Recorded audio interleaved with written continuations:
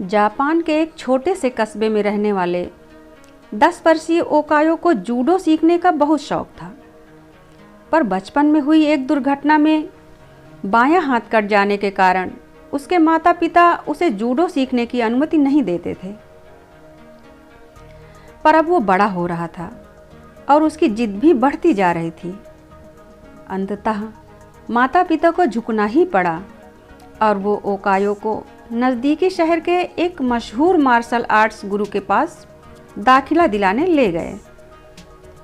गुरु ने जब ओकायो को देखा तो उन्हें अचरज हुआ कि बिना बाएं हाथ का यह लड़का भला जूडो क्यों सीखना चाहता है।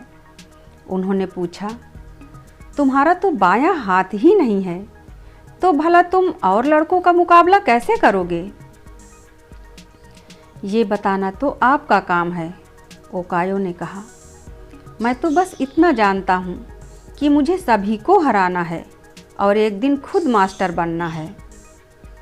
गुरु उसकी सीखने की दृढ़ इच्छा शक्ति से काफ़ी प्रभावित हुए और बोले, ठीक है, मैं तुम्हें सिखाऊंगा, लेकिन एक शर्त है, तुम मेरे हर एक निर्देश का पालन करोगे और उसमें दृढ़ विश्वास रखोगे। ओकायो ने सहमति में गुरु के समक्ष अपना सिर झुका दिया। गुरु ने एक साथ लगभग 50 छात्रों को जूडो सिखाना शुरू किया। ओकायो भी अन्य लड़कों की तरह सीख रहा था।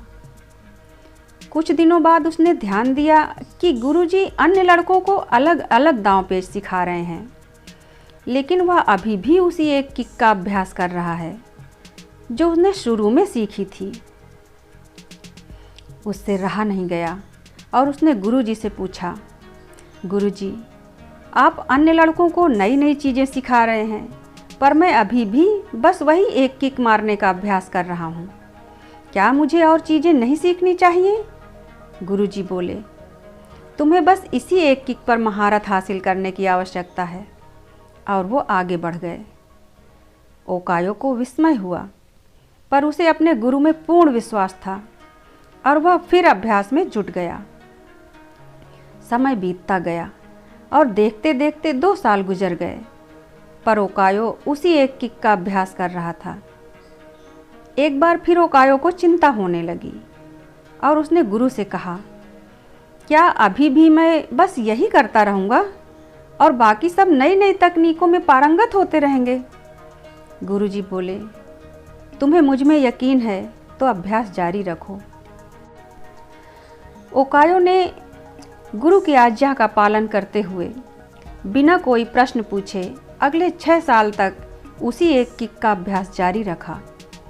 सभी को जूडो सीखते 8 साल हो चुके थे कि तभी एक दिन गुरुजी ने सभी शिष्यों को बुलाया और बोले, मुझे आपको जो ज्ञान देना था वो मैं दे चुका और अब गुरुकुल की परंपरा के अनुसार सबसे अच्छे शिष्य का चुनाव एक प्रतिस्पर्धा के माध्यम से किया जाएगा और इसमें विजयी होने वाले शिष्य को मास्टर की उपाधि से सम्मानित किया जाएगा। प्रतिस्पर्धा आरंभ हुई। गुरुजी ने ओकायो को उसके पहले मैच में हिस्सा लेने के लिए आवाज़ दी। ओकायो ने लड़ना शुरू किया और खुद को आश्चर्यचकित करते हुए उसने अपने पहले 2 मैच बड़ी आसानी से जीत लिए। तीसरा मैच थोड़ा कठिन था, लेकिन कुछ संघर्ष के बाद विरोधी ने कुछ क्षणों के लिए अपना ध्यान उस पर से हटा दिया। ओकायो को तो मानो इसी मौके का इंतज़ार था। उसने अपनी अचूक किक विरोधी के ऊपर जमा दी और मैच अपने नाम कर लिया। अभी भी अपनी सफलता से आश्चर्य में पड़े ओकायो ने फाइनल में अपनी जगह बना ली। इस बार विरोधी कहीं अधिक ताकतवर, अनुभवी और विशाल था। देखकर ऐसा लगता था कि ओकायो उसके सामने 1 मिनट भी टिक नहीं पाएगा। मैच शुरू हुआ। विरोधी ओकायो पर भारी पड़ रहा था। रेफरी ने मैच रोककर विरोधी को विजेता घोषित करने का प्रस्ताव रखा, लेकिन तभी गुरुजी ने उसे रोकते हुए कहा, नहीं, मैच पूरा चलेगा। मैच फिर से शुरू हुआ। विरोधी अति आत्मविश्वास से भरा हुआ था और अब ओकायो को कम आंक रहा था और इसी दंभ में उसने एक भारी गलती कर दी। उसने अपना गार्ड छोड़ दिया।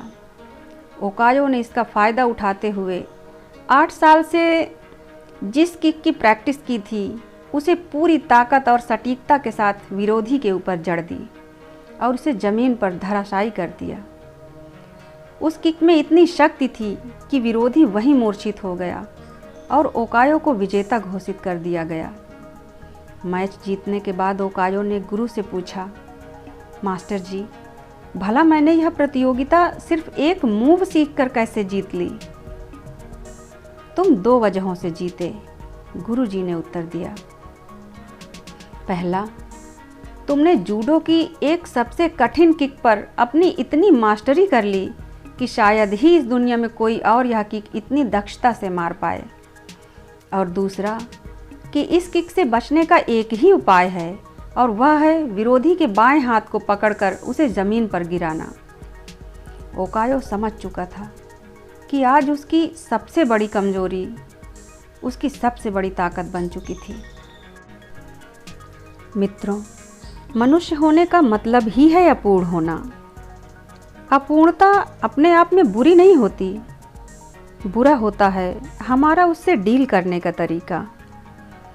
अगर ओकायो चाहता तो अपने बाएं हाथ के ना होने का रोना रोकर एक अपाहिज की तरह जीवन बिता सकता था, लेकिन उसने इस वजह से कभी खुद को हीन नहीं महसूस होने दिया। उसमें अपने सपने को साकार करने की दृढ़ इच्छा थी और यकीन जानिए, जिसके अंदर यह इच्छा होती है भगवान उसकी मदद के लिए कोई ना कोई गुरु भेज देता है। ऐसा गुरु जो उसकी सबसे बड़ी कमजोरी को ही उसकी सबसे बड़ी ताकत बनाकर उसके सपने साकार कर सकता है।